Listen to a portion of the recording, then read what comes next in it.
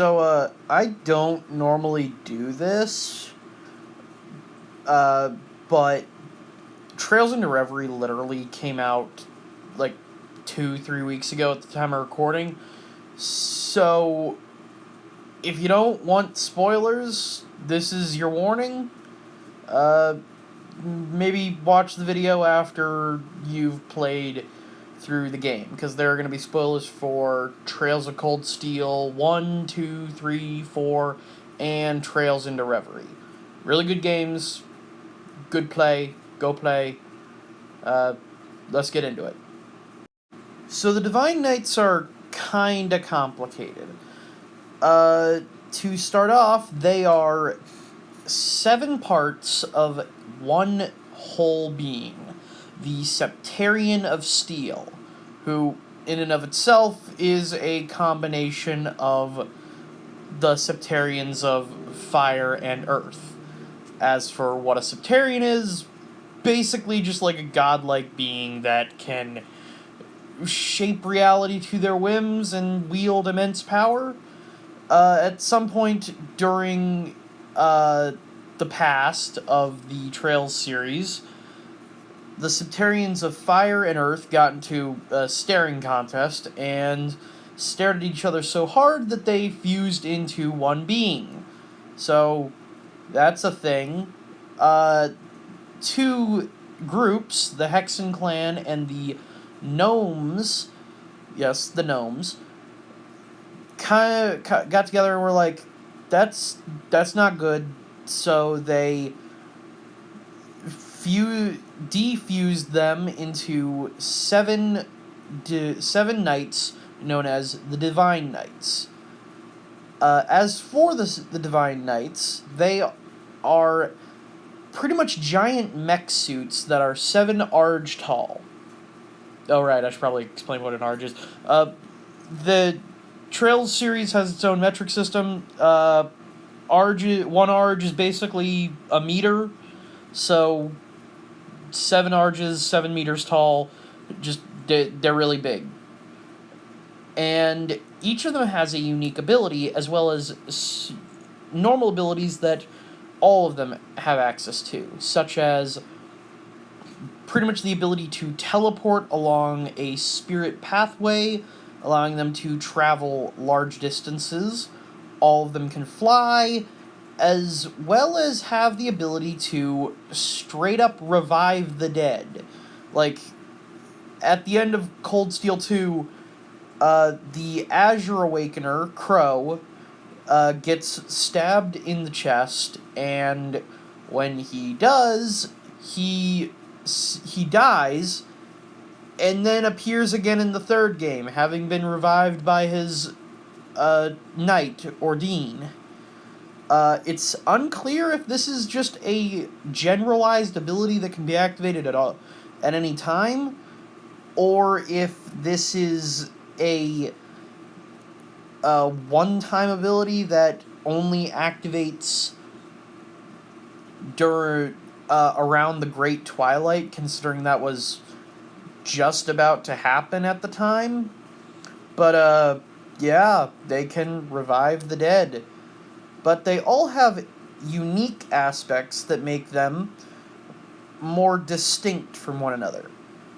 Something else to note is that there is a hierarchy, with the first 3 knights, Valimar, Zector, and Ordine, being considered the weakest, Testarossa being 1 rung above them, Argineon, I don't remember how to pronounce that one, I'll look it up here in a second, and El Prado at the tied at 2nd, and Ishmelga at number 1, and 1 more above that we'll be talking about at the end of the video.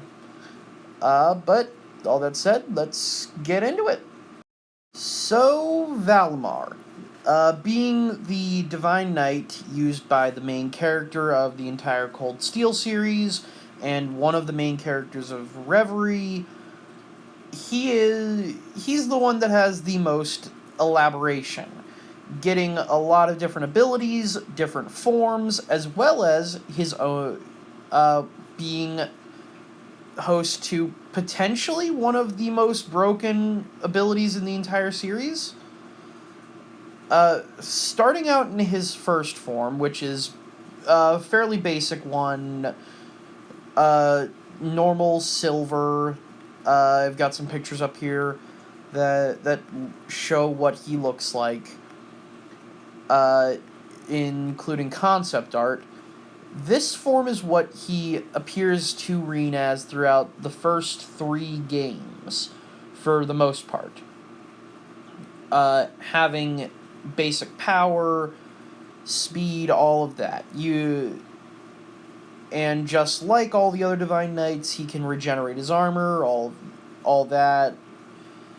But at the end of the 3rd game, when Reen becomes the sacrifice for the Great Twilight, he evolves into a more demonic form, losing the wings on his back, gaining 2 horns on his forehead, as well as, due to events going on at the time, including the defeat of the Nameless Beast and the death of Milliam Orion, and her subsequently becoming the Sword of the End, he gains the Sword of the End.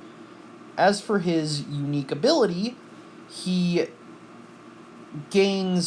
has the ability of Secondary Contract, allowing him to grant power to other people who are not his Awakener, the Ashen Awakener, Reen. Which, this is incredibly powerful.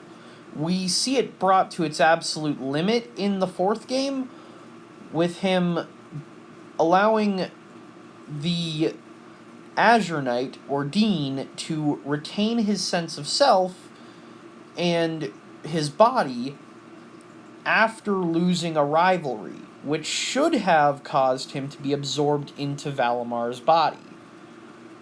And this was big, allowing Crow to remain alive throughout the entire Twilight and beyond, and in addition to this, he was also able to supply power to a bunch of Panzer Soldats, basically giant mechs that were based on the Divine Knights that anyone could ride around in. And he gave new Class 7's Panzer Soldats a major power boost, granting them the ability to keep up with Zauber Soldats, the next generation of Soldat technology, and so forth. He also, throughout the 4th game, as he won more of the Rivalry of the 7, he would eventually attain all of their abilities and attain a more developed form of his first form, called Final Valimar. Something else to note is that during the finale of Trails into Reverie, he, along with the Azure Knight Ordine and the Auric Knight El Prado, were able to possess new mechs due to weird circumstances that involved the concept of Divine Knights being reintroduced into the world for a few hours. But it was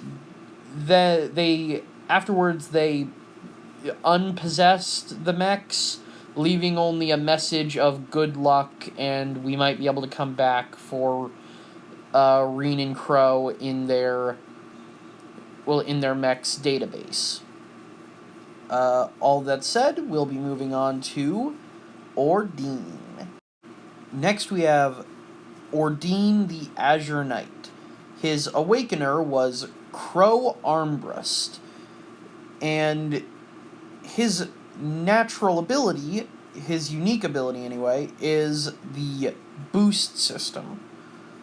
Unlike with Valimar, he didn't get any major abilities, although he did become a servant of Valimar due to the secondary contract system interacting in a weird way with the rivalry, as I said before. In terms of strength, it's supposed to be on the same level as the Ashen and Palatinate Knights, Valimar and Zector, though in practice, it seems to be slightly weaker than the other two,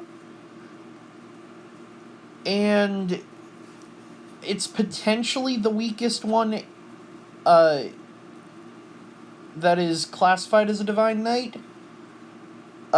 He also arrived at the end of Reverie to help deal with that whole situation that I'll be getting into at the end of the video. Outside of that, not much else to say on him. Moving right along. So next we got Zector the Palatinate Knight. He was piloted by the Palatinate Awakener, Rutger, and he didn't have a unique ability. If I'm being honest, I'm drawing a blank as to what bonus he provided to Valimar when he was absorbed after the rivalry, though he does have a unique activation condition, somewhat, since in order for Rutger to become the Palatinate Awakener, he had to die.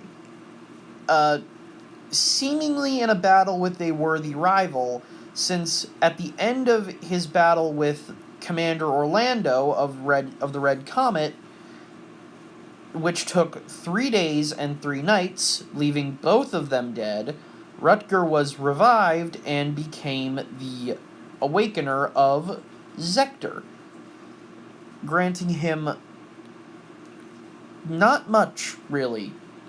Zector is definitely the weakest, though he was a match for 2 Divine Knights, so there's some debate. His lack of ability really makes him not as good as the others, though Rutger is a really cool character. God, we need to get some real stuff in here. Let's move on. Next, we've got Testarossa and his Awakener, the Vermilion Awakener, Cedric. And once again, we have a unique activation condition, since supposedly only a member of the Arnor family can pilot Testarossa. As for his unique ability, he has the 1,000 weapon system, allowing him to summon to his side pretty much any weapon he needs in a spiritual form.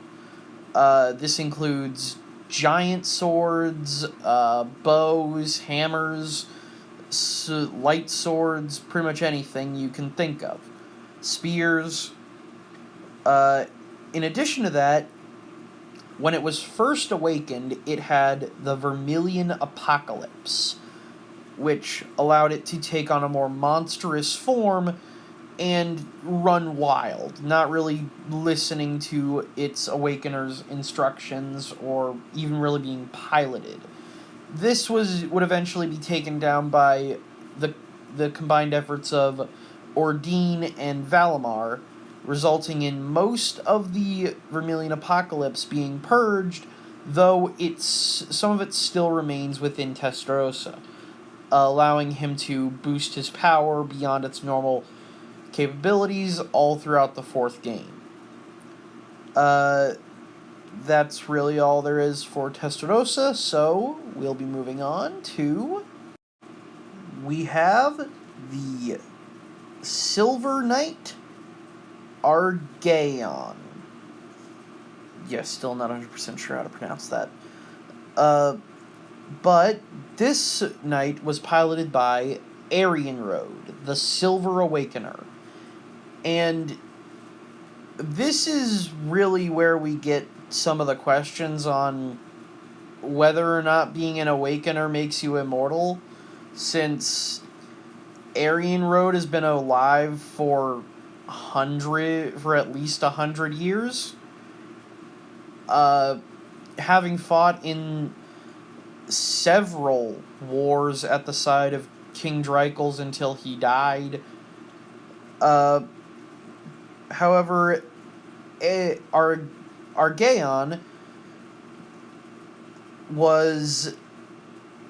her ability is kind of weird. The only real reference we get to it is that she inherited the abilities of Argaeus, aka the Nameless Beast, which, during the rivalries, when her power gets absorbed by El Prado, he just kinda gains her wings, which potentially means that the wings are what she inherited. There's a lot that's glossed over with Argaeon due to the fact that when we do face her, there's a massive exposition dump going on at the same time. So a lot of the stuff gets jumbled. That's really all there is for Argaeon, so we'll be moving on to El Prado next. Next up we have El Prado, and his Awakener, the Auric Awakener Rufus.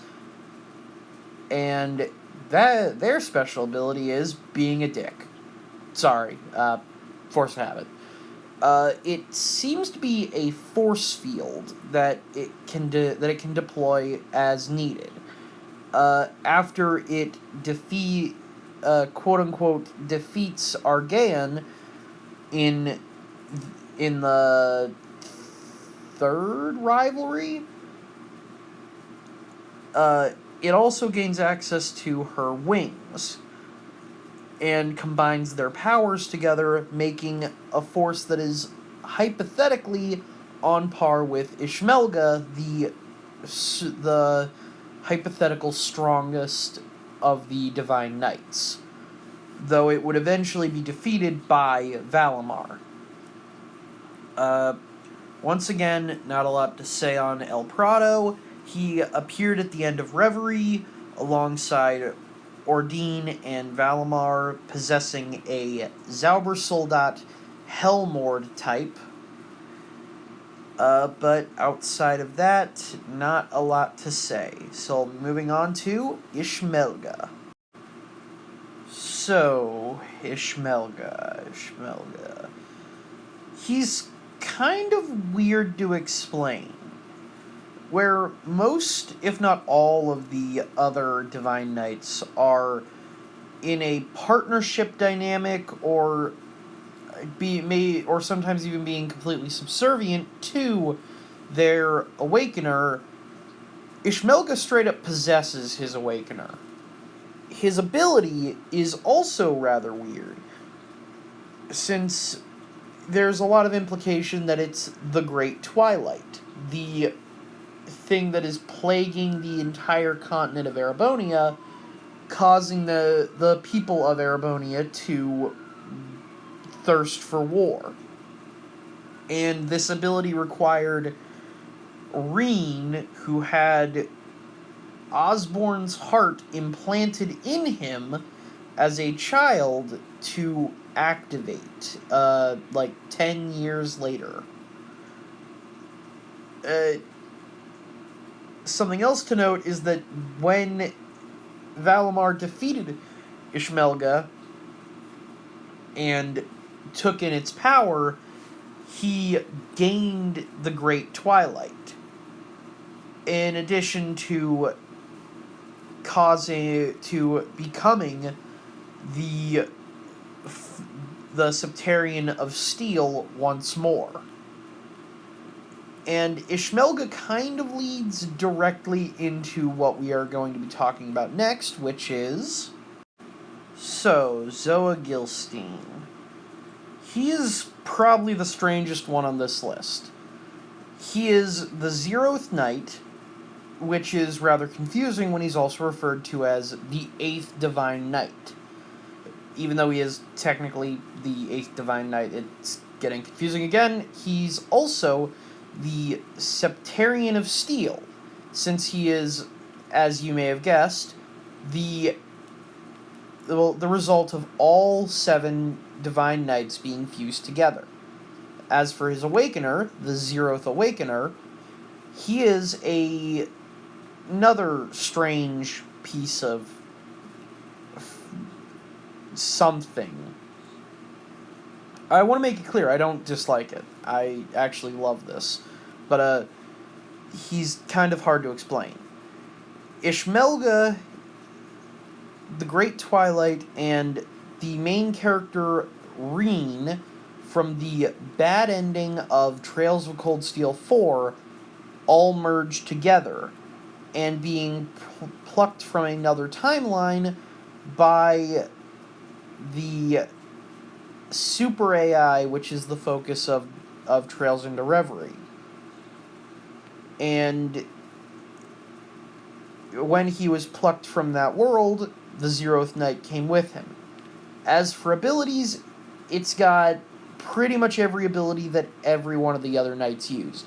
Ordine's boost system, Prado's force field, Argaeon's wings and abilities from Argaeus, the 1,000 weapon system, potentially even the Vermilion Apocalypse, and in addition to that, it likely also has the secondary contractor system, though we never actually see that used. Another oddity is that it has the ability to transform into Zoa Balor, the ultimate combat shell used by Black Alberic throughout Trails of Cold Steel 4. All that said, I think this is where we're going to leave off. Thank you for watching, and I hope you have a wonderful day. 傷ついて嘘が下手なくせに笑えない笑顔を見せた